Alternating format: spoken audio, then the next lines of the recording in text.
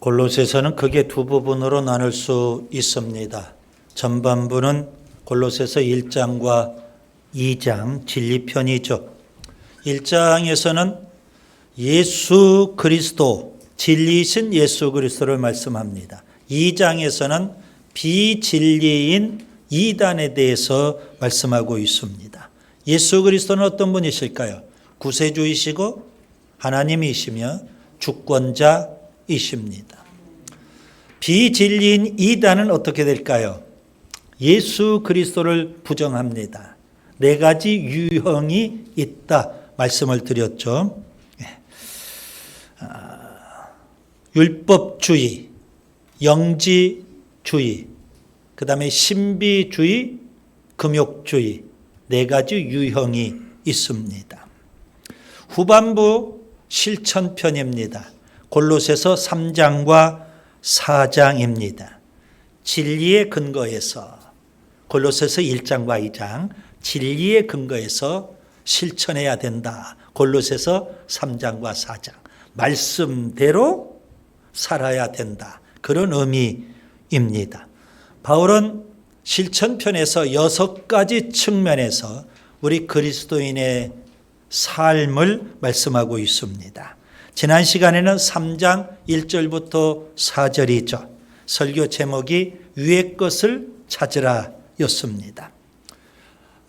우리의 생명이신 예수 그리스도를 추구하며 살아야 됩니다.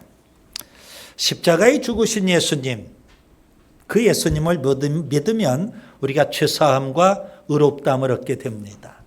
이렇게 죄사함과 의롭다함을 얻은 우리들에게 예수님은 생명을 주십니다. 우리의 생명이신 그리스도이십니다. 예수님은 우리에게 생명을 주시기 위해서 3가지 일을 하셨습니다. 첫째, 부활하셨습니다. 사망 권세를 이기고 부활하신 그 예수님, 우리에게 부활의 생명의 씨를 주신 겁니다. 이것을 교리적으로는 중생 이렇게 표현합니다. 그 다음에 두 번째, 우리의 생명이신 예수님은 부활하셨을 뿐만 아니라 하나님 보좌 우편에서 우리를 위해서 중보해 주고 계십니다. 그래서 우리는 그 생명을 계속 누리며 이 땅에서 살고 있는 겁니다. 이것을 교리적으로는 성화 이렇게 표현합니다. 그리고 세 번째, 예수님은 영광 중에 다시 오십니다. 재림이죠. 그 예수님은 우리를 천국으로 인도해서 천국에서 영생, 영원한 생명을 완전하게 누리며 살도록 해 주십니다. 왜 우리가 예수 그리스도를 추구하며 살아야 할까요? 예수님은 우리의 생명이시기 때문에 그렇습니다. 그러면 역으로 우리가 예수님을 추구하며 살지 않으면 그것은 어둠이고 죽음입니다. 그래서 우리는 이 땅에 사는 날 동안 오직 예수님만 추구하며 살아야 하는 줄 믿습니다. 우리의 생명이신 예수님 공생애 때 이런 말씀을 약속하셨습니다. 요한복음 10장 10절이죠. 도둑이 오는 것은 도둑질하고 그리고요 죽이고 멸망시키려는 것뿐이요. 도둑이 있습니다. 도둑은 우리가 받은 구원을 빼앗아갑니다. 주님은 우리에게 생명을 주시는데 도둑은 우리에게 죽임을 주고 멸망을 가져다 주는 거거든요. 그러면서 예수님이 말씀하셨어요. 내가 온 것은 양으로 생명을 얻게 하고 그 다음에 더 풍성히 얻게 하려 함이라. 그래서 여러분 이 땅에서도 우리가 더 풍성한 생명을 누리며 살 수 있는 겁니다. 예수 믿고 구원받았다고 하는데 시들시들 다 죽어가는 사람이 많아요. 예수님은 분명 더 풍성한 생명을 누리도록 해주시겠다고 했는데 왜 그럴까요? 왜 시험에 들고 왜 신앙이 침체에 빠지고 왜 얼굴은 사색이 다 되고 왜 시름시름 그렇게 죽어갈까요? 다 죽어가는 사람처럼 오만상 찌푸리며 그렇게 사는 것 아닌 산을까요? 이거 사는 게 아니죠. 죽어가고 있는 거지. 생명이신 예수님을 추구하지 않기 때문에 그런 겁니다. 오늘은 실천편의 두 번째 시간입니다. 설교 제목을 보시면 새 사람을 입으라. 따라서 합시다. 새 사람을 입자. 자, 지난 시간의 말씀 위의 것을 찾으라. 이 말씀은 나와 그리스도와의 관계입니다. 그리고 새 사람을 입으라. 이 말씀은 나와 내 자신과의 관계입니다. 자, 오늘 본문을 좀 자세히 보시면 지난 시간과 조금 대조가 되는 부분이 있죠. 지난 시간 골로새서 3장 2절 위의 것을 생각하고 땅의 것을 생각하지 말라. 위의 것과 땅의 것을 대조하고 있지 않습니까? 오늘 본문에서는 옛사람과 새사람을 대조하고 있는 겁니다. 본문 9절과 10절을 보세요. 옛사람과 그 행위를 벗어버리고 새사람을 입었느니라. 이렇게 말씀합니다. 본문 7절에 전에라는 표현, 그리고 본문 8절에 이제는 이라는 표현을 조금 주목해 보세요. 전에는 예수 믿기 이전, 그걸 옛사람이라고 합니다. 이제는 이것은 예수 믿은 이후, 이것을 새사람 이렇게 표현할 수가 있습니다. 우리 그리스도인의 삶은 어떠해야 될까요? 오늘 본문을 통해서 이렇게 정리할 수 있죠. 본문 5절 땅의 지체를 죽이는 것이고, 본문 9절 옛사람과 그의 행위를 벗어버리는 것이고, 본문 10절 새 사람을 입는 것입니다. 간단하게 표현하면 죽일 것은 죽이고 벗어버릴 것은 벗어버리고 그리고 입을 것은 입어야 되는 겁니다. 그래야만 그리스도인의 삶을 살 수가 있다. 이렇게 말씀드릴 수 있죠. 그래서 오늘 세 가지를 말씀드리려고 합니다. 첫째, 육체의 욕망을 죽여야 합니다. 따라서 합시다. 육체의 욕망을 죽여야 한다. 본문 5절과 6절을 보겠습니다. 거기 땅에 있는 지체라는 표현이 있죠. 타락한 인간의 육체적인 욕망을 가리키는 겁니다. 5가지가 있습니다. 타락한 인간의 육체적인 욕망 뭘까요? 음란, 부정, 사욕, 악한 정욕, 그리고 탐심. 이 5가지입니다. 음란은 성적인 타락을 의미합니다. 부정, 육체적으로든 정신적으로든 부정한 것, 순결하지 못한 것을 의미합니다. 사욕, 세속적인 욕망을 말하고요. 정욕, 일반적인 우리의 욕구들, 이런 것을 육체의 욕구들을 말하는 겁니다. 그리고 탐심, 물질에 대한 지나친 탐욕 있죠. 이 탐심을 오늘 본문에서는 우상숭배라고 규정을 지었습니다. 물질을 물질로 보지 않고 우상으로 보는 겁니다. 그 우상이 바로 맘몬 우상입니다. 물질을 하나님처럼 그렇게 여기는 겁니다. 맘몬 우상 있죠. 예수님께서 산상설교에서 하나님이냐 재물이냐 선택하라고 말씀하셨거든요. 그런데 우리는 마음속에는 여전히 둘 다 이겁니다. 예배당 안에 들어왔어도 여전히 하나님도 소유하고 그리고 물질도 소유하고 이겁니다. 주님은 선택을 말씀하십니다. 마태복음 6장 24절 너희가 하나님과 재물을 겸하여 섬기지 못하느니라. 겸하여 섬기지 못한다 했어요. 그때 물질은, 그때 재물은 맘몬 우상을 말씀하고 있는 겁니다. 왜 이러한 육체의 욕망을 죽여야 할까요? 이유가 있어요. 하나님의 진노를 받기 때문에 그렇습니다. 육체의 욕망대로 살면 하나님의 진노가 있다는 겁니다. 바울은 갈라디아서 5장에서 육체의 일 15가지를 쭉 나열합니다. 그리고 그 육체의 일을 행하면 우리가 어떻게 될까요?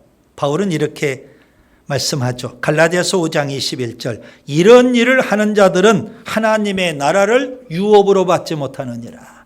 무슨 말씀이에요? 천국에 가지 못한다. 그런 의미입니다. 그래서 여러분 기억하세요.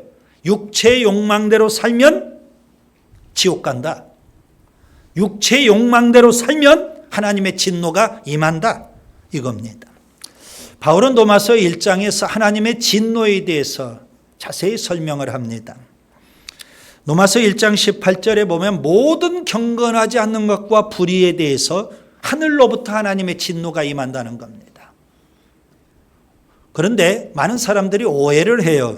그 하나님의 진노가 우리가 주님의 심판대 앞에서 진노를 받고 지옥 가는 걸로만 오해를 합니다. 이 땅에서도 하나님의 진노가 이미 임하고 있거든요. 그걸 우리 눈으로 볼 수가 없어서 안타까운 것뿐이에요. 그런데 바울은 로마서 1장에서 독특한 표현을 썼습니다. 3번에 걸쳐서 하나님께서 내어버려 두셨다. 내버려 두셨다. 그런 의미입니다. 네 하고 싶은 대로 해. 이겁니다. 육체의 욕망대로 살면 하나님이 내버려 두신 겁니다. 단정적으로 표현해서 포기하셨다. 그런 의미가 되겠죠. 그 자체가 하나님의 진노입니다. 여러분. 그래도 하나님께서 우리를 붙들어 주시고 예배당에 오게 하시고 듣기 싫지만 하나님 말씀 듣게 하시고 고집스럽게 변화되기를 거부하지만 그래도 하나님께서 계속 말씀을 듣고 변화될 것을 독촉하셔야 하나님이 지금 우리를 뭐하고 계시는 거죠? 붙들어 주시는 거예요. 하나님이 내버려 두시면 우리는 끝장이라고요. 로마서 1장 24절 그들을 마음의 정욕대로 더러움에 내버려 두셨다. 로마서 1장 26절 그들을 부끄러운 욕심에 내버려 두셨다. 로마서 1장 28절 마음에 하나님 두기를 싫어해요. 그래서 하나님은 상실한 마음, 하나님이 없는 마음이죠. 그대로 내버려 두셨다는 거예요.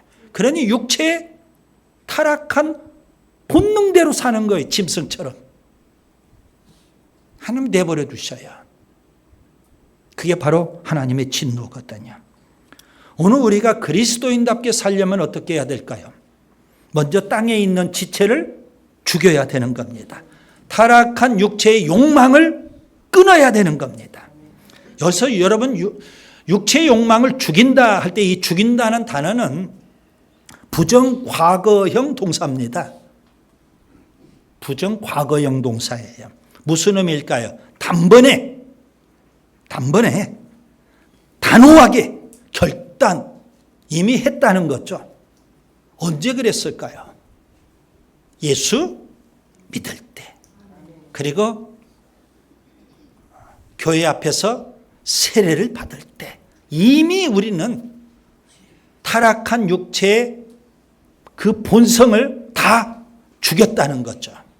갈라디아서 5장 24절 그리스도 예수의 사람들은 육체와 함께 그 정욕과 탐심을 십자가에 못 박았느니라. 이미 십자가에 다 못 박아 버렸는데 그래서 송장인데 송장이 어느 날 갑자기 벌떡 일어나 가지고 육체의 본능대로 따라서 살려고 해요. 예배당 안에 그런 희귀한 인생들이 많아요. 예수 믿고 세례받았다고 하면서 다 십자가의 육체의 본능을 다 못 박아 버렸는데도 불구하고 벌떡벌떡 일어나 가지고 본능대로 살아요. 그리고 예배당에 와서 거룩한 척 하고 있거든요. 여러분 육체의 욕망 이미 십자가에 못 박은 줄 믿습니다. 그 다음에 둘째, 옛사람의 행위를 벗어버려야 합니다. 따라서 합시다. 옛사람의 행위를 벗어버리자. 본문 7절부터 9절을 보겠습니다. 마치 더러운 옷을 벗어야 되는 거예요. 그와 같이 우리가 벗어버려야 할 옛사람의 행위가 있어요. 그것도 역시 5가지입니다. 분함, 노여움, 악의, 비방, 부끄러운 말 5가지입니다. 여러분, 여기 분함이라는 것은 씩씩거리는 것을 의미하죠. 화를 참지 못해요. 그런 경우들이 많죠. 노여움은 분함보다는 조금 더 센 거예요. 상대방을 보복하기 위해서 혈기를 부리는 것을 의미합니다. 혈기. 악이, 남에게 해를 끼치는 사악한 것을 말하죠. 비방, 악의적으로 막 비난하는 것을 의미합니다. 부끄러운 말, 부정적이고 비판적인 말로부터 시작해서 음담패설까지 이러한 것이 다 부끄러운 말이죠. 그런데 바울은요, 우리가 벗어버려야 될 옛사람의 행위 5가지를 말씀하고 이어서 또 한 가지를 추가합니다. 본문 9절에 거짓말이에요. 그런데 왜 처음부터 6가지로 이렇게 말하지 않고 5가지를 말하고 나중에 거짓말을 하나 더 추가했을까요? 거짓말이 아주 심각한 죄라는 것을 사람들이 잘 모르거든요. 그래서 이 거짓말이라는 죄가 아주 심각하다는 것을 강조하기 위해서 따로 하나를 더 추가하는 겁니다. 아마도 거짓말이라는 죄에서 자유로울 사람은 아무도 없을 겁니다. 지금 저는 예배당 밖에 있는 사람을 이야기하는 게 아닙니다. 충격적인 것은 이겁니다. 마지막 날에 우리가 천국에 들어가야 될 텐데 천국에 들어가지 못할 사람들이 있어요. 그들은 어디로 가죠? 지옥에 가요. 그 지옥을 요한계시록에 보면 유황불이 영원히 꺼지지 않는 곳이다 그랬어요. 자, 요한계시록 21장과 22장은 영광스러운 그 천국에 대해서 사도 요한이 말씀을 해요. 그런데 그런 영광스러운 천국에 들어가지 못할 사람이 분명히 있다는 겁니다. 그 중에 한 사람이 거짓말하는 사람이거든요. 그것도 사도 요한은 요한계시록 21장, 22장 그 영광스러운 천국을 묘사하면서 거짓말하는 자는 천국에 들어가지 못한다. 3번에 걸쳐서 말씀을 해요. 요한계시록 21장 8절 두려워하는 자들과 믿지 아니하는 자들과 흉악한 자들과 살인자들과 음행하는 자들과 점술가들과 우상숭배자들과 거짓말하는 모든 자들은 불과 유황으로 타는 못에 던져지리니 이것이 둘째 사망이라. 요한계시록 21장 27절에도 무엇이든지 속된 것이나 가증한 일 또는 거짓말하는 자는 결코 그리로 들어가지 못하되 오직 어린 양의 생명책에 기록된 자들만 들어가리라. 요한계시록 22장 15절에도 개들과 점술가들과 음행하는 자들과 살인자들과 우상숭배자들과 및 거짓말을 좋아하며 지어내는 자는 다 성 밖에 있으리라. 우리는 거짓말이라는 이 죄를 너무 가볍게 여기는 경향이 많습니다. 예수님도 공생애 때 거짓말에 대해서 제자들에게 교훈해 주셨거든요. 요한복음 8장 44절에 보면 유대인들에게 예수님이 하신 말씀이에요. 그 유대인들은 예수님을 대적하는 유대인들이 아니에요. 그 유대인들은 예수님을 믿는다고 하고 예수님 앞에 나온 유대인들이에요. 그런 유대인들에게 예수님이 뭐라고 말씀하실까요? 오늘 우리들과 같아요. 예수 믿는다고 지금 예배당에 나와 있는 우리들 있죠. 요한복음 8장 44절 아주 충격적인 말씀을 예수님이 하십니다. 너희는 너희 아비 마귀에게서 났으니 너희 아비의 욕심대로 너희도 행하고자 하느니라. 아니, 예수님을 믿는다고 하고 예수님 앞에 나온 자들을 가리켜서 예수님은 이 마귀 새끼들 이렇게 표현하셨거든요. 충격을 받지 않는 것 같아요. 저는 이런 말씀을 요한복음을 통해서 읽고 너무 충격을 받았어요. 나도 예수님을 믿는데 예수님이 이 마귀 새끼야 그렇게 말씀하실 수도 있다는 거죠. 그 마귀는 어떤 존재일까요? 예수님은 계속 말씀하십니다. 그가 거짓말장이요 거짓의 아비가 되었습니다. 여러분, 거짓말의 배후에는 마귀가 있습니다. 마귀가 역사합니다. 그래서 우리가 거짓을 좋아하면 끊임없이 마귀를 끌어들이는 것과 같아요. 진리이신 예수님을 믿는다면 우리가 진실할 수밖에 없습니다. 그런데 거짓을 좋아하면 그건 마귀의 역사거든요. 우리가 벗어버려야 될 옛사람의 행위, 분함, 노여움, 악의, 비방, 부끄러운 말, 그리고 거짓말입니다. 심각하게 우리가 받아들여야 할 겁니다. 그 다음에 셋째, 새 사람을 입어야 합니다. 따라서 합시다. 새 사람을 입어야 한다.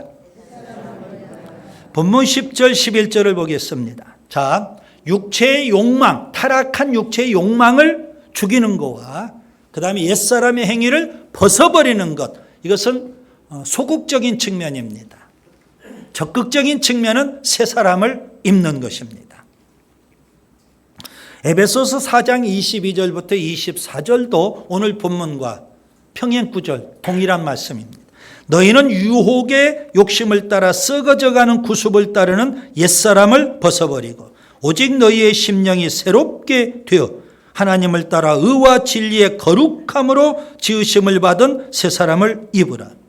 자, 에베소에도 옛사람을 벗고 새 사람을 입으라. 오늘 골로새서에도 옛사람을 벗고 새 사람을 입으라. 이렇게 말씀을 해요. 좀 더 자세히 관찰해 보면 약간 차이가 있어요. 에베소서에 있는 말씀은 현재형이에요. 오늘 본문에 읽는 말씀은 과거형이에요. 여러분, 무슨 의미일까요? 자, 현재형의 말씀, 에베소에 있는 말씀은 우리가 맨 처음 예수 믿을 때, 그때 중생 때, 그때 강조점을 두고 있어요. 오늘 과거형으로 현재형으로 표현된 말씀은요, 성화 때 말씀을 강조하고 있는 겁니다. 그래서 골로새서에 있는 오늘 말씀은 맨 처음 예수 믿을 때 중생 때를 강조하는 말씀이고, 에베소서에 있는 말씀은 현재형으로 성화 때를 강조하고 있는 말씀, 이렇게 여러분이 이해하시면 돼요. 그럼 우리가 이렇게 정리할 수 있죠. 맨 처음 예수 믿을 때 이미 옛사람은 죽고 새 사람을 입었어요.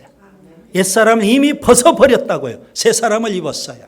그러면 이제 어떻게 해야 돼요? 날마다 우리가 새 사람을 입고 살아야 되는 겁니다. 거지 같은 인생, 지저분하고 더러운 인생을 주님이 구원해 주셨어요. 예수님의 보배로운 피로 다 씻어주시고 더러운 옷, 거지 같은 옷 다 벗어버리게 하시고 새 사람의 옷을 입혀주셨어요. 그런데도 불구하고 여전히 우리는 거지 같은 습성을 버리지 못해서 그 깨끗하고 새로운 옷, 아름다운 옷을 입고 있음에도 불구하고 거짓이나 하고 구걸이나 하고 도둑질이나 하고 남의 거 약탈이나 하고 강도질이나 하고 그렇게 살 수 없다는 말씀입니다. 이미 예수 믿을 때 옛사람과 그 행위는 다 벗어버렸거든요. 새 사람을 입었어요. 그러면 날마다 우리가 새 사람으로 살아야 되는 줄 믿습니다.